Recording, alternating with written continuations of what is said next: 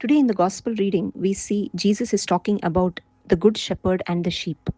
And if we look at a shepherd and a flock of sheep, we see there is a great relationship between them.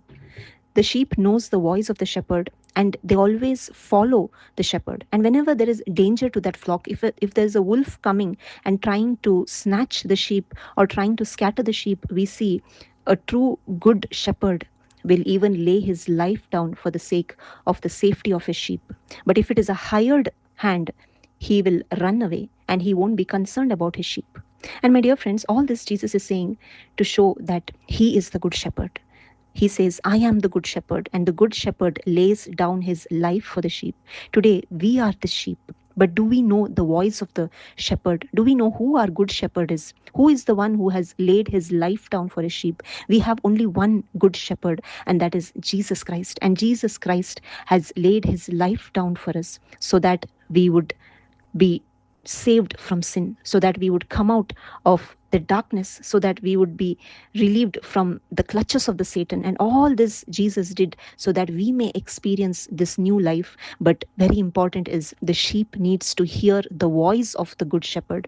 Today many of us have heard the wrong voice. We don't know who our good shepherd is, and that is why we see that there is no peace in our lives, there is no joy in our lives. We are disturbed, we are distracted by the things of this world because we don't know who our good shepherd is, and we have not received the gospel of the good shepherd. We have not received what Jesus has done for us on our life. If we look at the gospel of Jesus, if we see the great work that Jesus has done for us, he has not looked at his own self. He has not been concerned about his own life, and he sacrificed his life for our sake so that we may receive new life. All those who believe in this gospel receive the Holy Spirit. And we see in the first reading in Acts, we see Peter is explaining how even the Gentiles received the Holy Spirit. The Gentiles were people who didn't know about the true God, but when they heard about the great work that Jesus Christ has done for them on the cross, that Jesus sacrificed his life so that we may receive forgiveness of sins, when they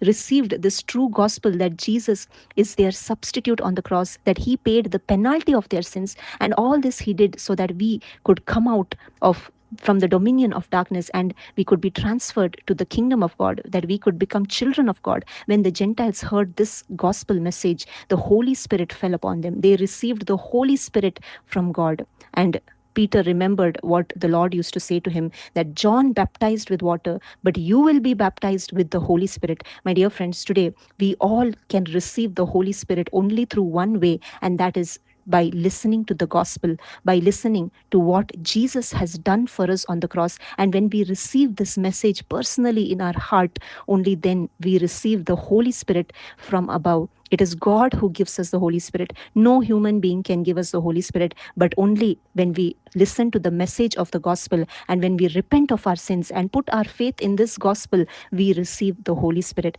My dear friends, today there is need of only one thing: to understand who is our good shepherd. The good shepherd is Jesus Christ, who has laid his life down for our sake. And when we understand this gospel, we receive the Holy Spirit, and the Holy Spirit gives us a new life in Christ, where we experience the goodness of the Lord, when we experience the kingdom of God in our lives. And this is the will of God for all of us, to know who our good shepherd is. Thank you. God bless you.